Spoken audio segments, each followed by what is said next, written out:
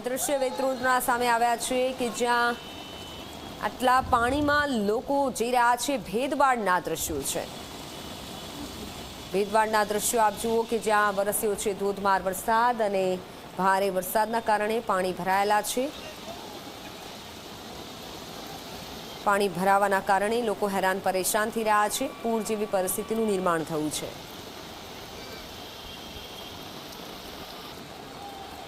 સુરતમાં આખું સુરત પાણીમાં અત્યારે ગરકાવ છે।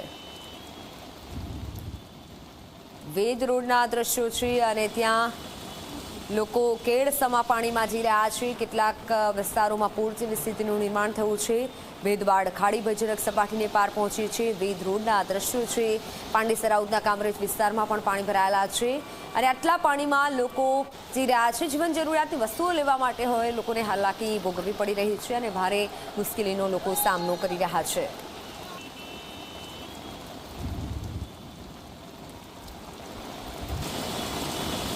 સુરતમાં અત્યારે જળબંબાકારની પરિસ્થિતિ છે। જળતાંડવ વચ્ચે સુરત ફસાયું છે।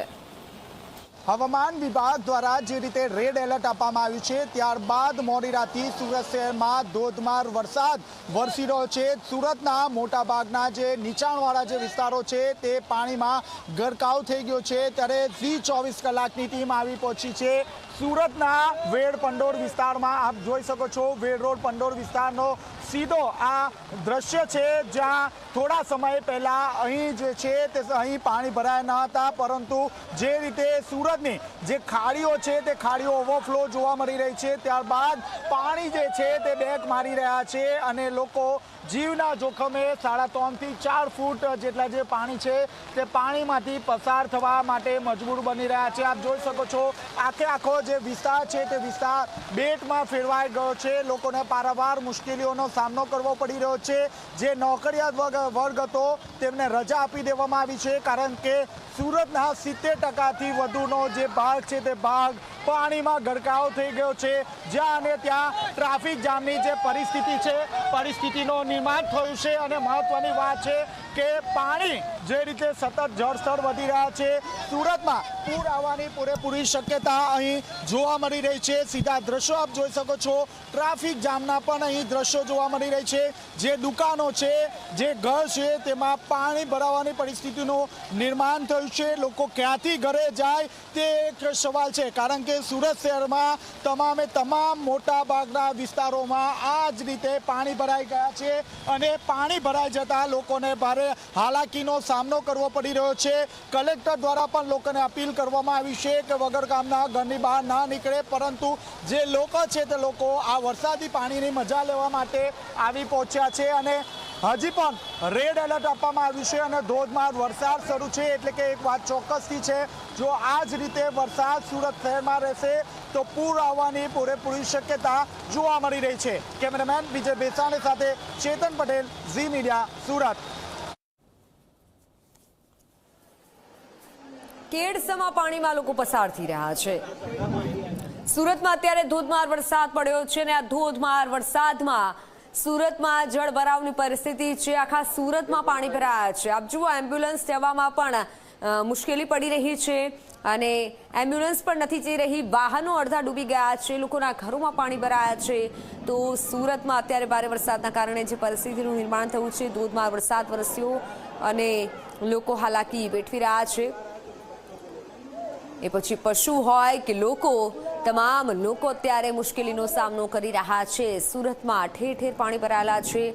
ન માત્ર નીચાણવાળા વિસ્તારો પણ ઠેર ઠેર પાણી ભરાયેલા સુરતમાં જોઈ શકાય છે।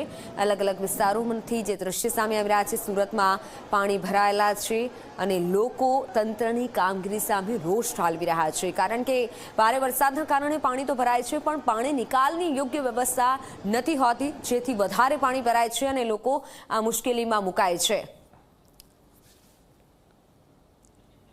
કતારગામના દ્રશ્યો સામે આવ્યા છે। સુરતનું કતારગામમાં પાણી ભરાયેલા છે। કેડસમા પાણીમાં લોકો હાલ જવા માટે મજબૂર છે।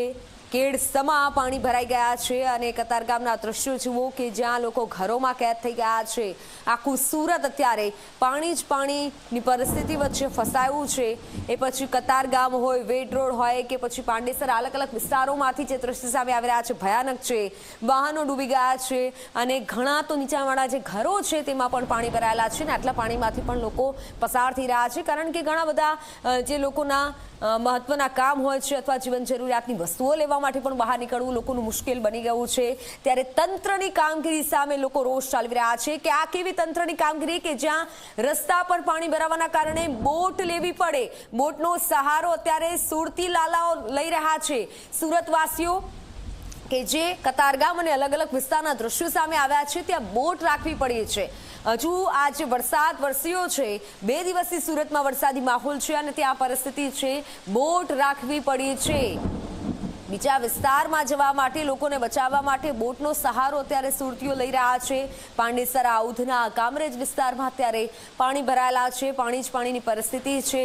સુરત અત્યારે જળબંબાકાર છે. તંત્રની કામગીરી સામે રોષ ઠાલવી રહ્યા છે લોકો કે ક્યાં છે એ પાણી નિકાલની કામગીરી.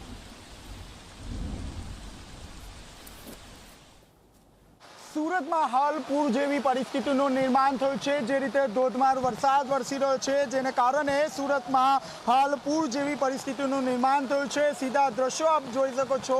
સુરતના કતારગામ વિસ્તારમાં આવેલા ડેરી ફળિયાના સીધા દ્રશ્ય છે, જ્યાં જે પૂર જેવી પરિસ્થિતિના પગલે જે લોકો છે તે લોકો બોટનો સહારો લઈ રહ્યા છે અને એક જગ્યા પરથી બીજી જગ્યાએ જે છે તે જઈ રહ્યા છે.